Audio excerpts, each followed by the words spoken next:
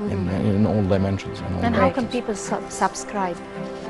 This is like, you know what I mean, this will be a whole system, you know what I mean. You have your online stores, you have your online things. These people, all these online stores, they don't have the delivery mechanisms and the delivery arms. They come to Egypt Post, and they come to us and we deliver these things. In other words, are you creating an Egyptian company like the American ones? I don't want to mention names, but there are very famous American companies. Like you say, like Amazon or, you know, yes. Okay. I mentioned the names to remove any. So you take the responsibility. No, I'm saying these are big names and they don't even have presence here in Egypt, but yes, there are a lot of companies here. And they are have any sponsors? Or no, the thing is, as you said, since it is, no, we don't have a government one sponsored, because we're not in the business of the online commerce itself. But my philosophy here is, and my position is, I want to help all these small online shops and all that. The thing they didn't pick up, I think, because of the delivery.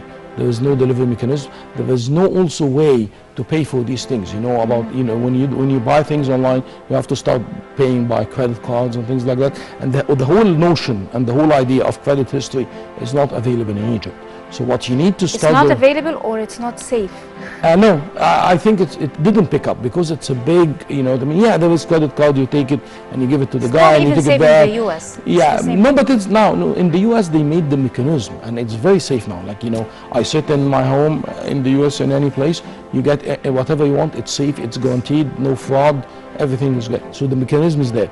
For Egypt, it will take some time. So how can, between here and there, achieve this? The best thing to do is cash on delivery. Who can do cash on delivery better than Egypt Post? So that's why, you know, you get an item, you go, you deliver it, you get the cash, you return it back to the sender, and you know what I mean, you make money for it. So this will boom the whole industry up.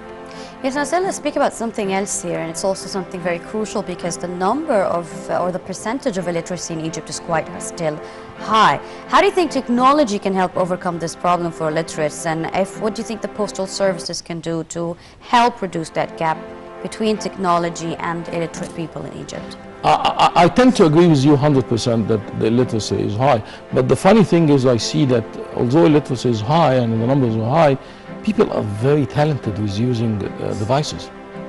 You can see people who barely read or something like that, they are using their mobile handsets and smartphones like crazy, you know. I mean, they can talk to people, they can find their way around, they can navigate the systems.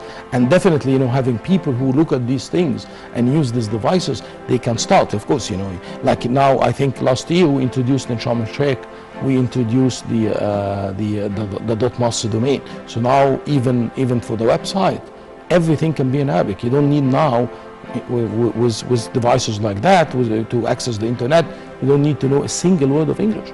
There are sites that, you know, you do everything in Arabic. And I think this will increase the whole adoption of the whole Arabic thing, the whole internet thing, which in turn, you know what I mean, because I don't, you know what I mean, I don't call illiteracy just illiteracy of reading and writing.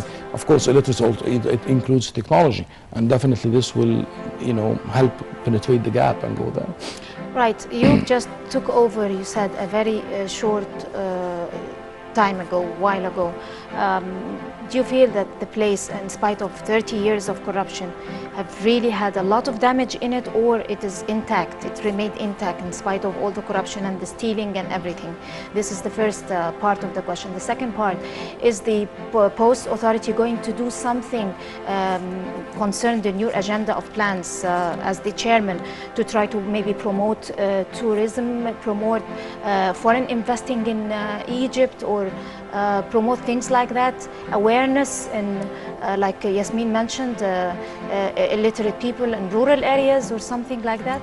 The Post itself, I believe in focus, and I believe in doing my job. So of course, as the head of the biggest post authority in the region and maybe in Africa, my focus is of course on my business. I want to turn this business to the biggest profitable business in Egypt. I want this to be the biggest and the most successful government entity that, you know, that can make money for the people, so all its services and things like that. So this would be my main focus.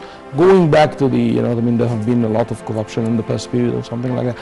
you know what I mean, I'm not in a, you know, in a state. I took over the organization. I think the organization, you know, is a healthy organization. It's intact. People are going forward. It needs, you know, it needs, of course, as any other organization, needs a new vision, needs a new blood every few years and things like that. But I don't start from scratch. I always build on my colleagues, my previous colleagues and previous predecessors, and I take it forward. You know, I don't believe that everyone come and, you know, start from scratch. I'm not, you know, I'm not Superman. You know, I just come. You don't believe in radical. Yes, I know. I you know, I mean, definitely my vision and my ideas have to be radical. I have to improve things, but I always have to give credit to the people who took it before and, you know, give it to me in this stage. Everyone come, you know, I mean, he tried to do his mark, his postmark on it and take it forward and take it further, increase. And I'm sure, you know, the guy after me and the people after me will be doing the same. You know what I mean? Everything has to improve. The whole thing has to go upward in every aspect of the society. And, you know, it's not a single man effort. You know, me and my 55,000 colleagues will be doing this together to take the Egypt post forward. Mr. طارق, there are several challenges here in Egypt that are being currently faced, not just illiteracy as we speak, but also overpopulation seems to bear a system and organization to make the services be delivered very smoothly and instantly to the people. What kind of example from other countries do you think can be applied on Egypt from your experience? Perfect. But let me first of all talk about one thing here, which is very people tend to think that the overpopulation or the lot of human resources is a negative factor or a cons, as we call pro and cons. No, I tend to think that human population is not this is one of the most scarce resources that God given to humanity and to earth is people. So if we utilize them correctly, we can make use of them. Regarding the examples we can use, you know, I mean, of course, you know, the U.S. Postal Service, it's the USPS, it's one of the biggest authorities in the world. It's very profitable. You know, the mode of operation is very, very sharp, you know, and I'm willing to, you know, exactly duplicate this, and I think we can be much better than that. So, and be beating a lot of these postal authorities around the globe. Right.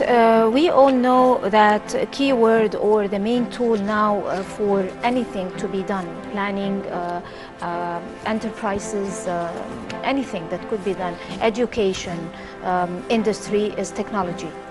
So do you have, again, I'm going to ask you this question, do you have any, have you set any plans? I know you have a very short time inside the sector that you're chairing, but do you have any plans or visions or ideas that you're going to set to try to promote different sectors through the post authority? Again, you know what I mean, definitely IT is the thing. Investing in IT, in my opinion, always yields multiple folds of any other investments. So definitely, by all means, I'm gonna, you know what I mean, my vision, I come from the IT industry. I spent like over 25 years in the IT industry, so that's why most of my plans, or 99% of my plans, are IT based, and that's how, you know, how my strategy that we're gonna deliver will do. Again, the thing is, would I try to help? You know what I mean? As I said, you know what I mean, I'm focusing on my sector, on my business as in general.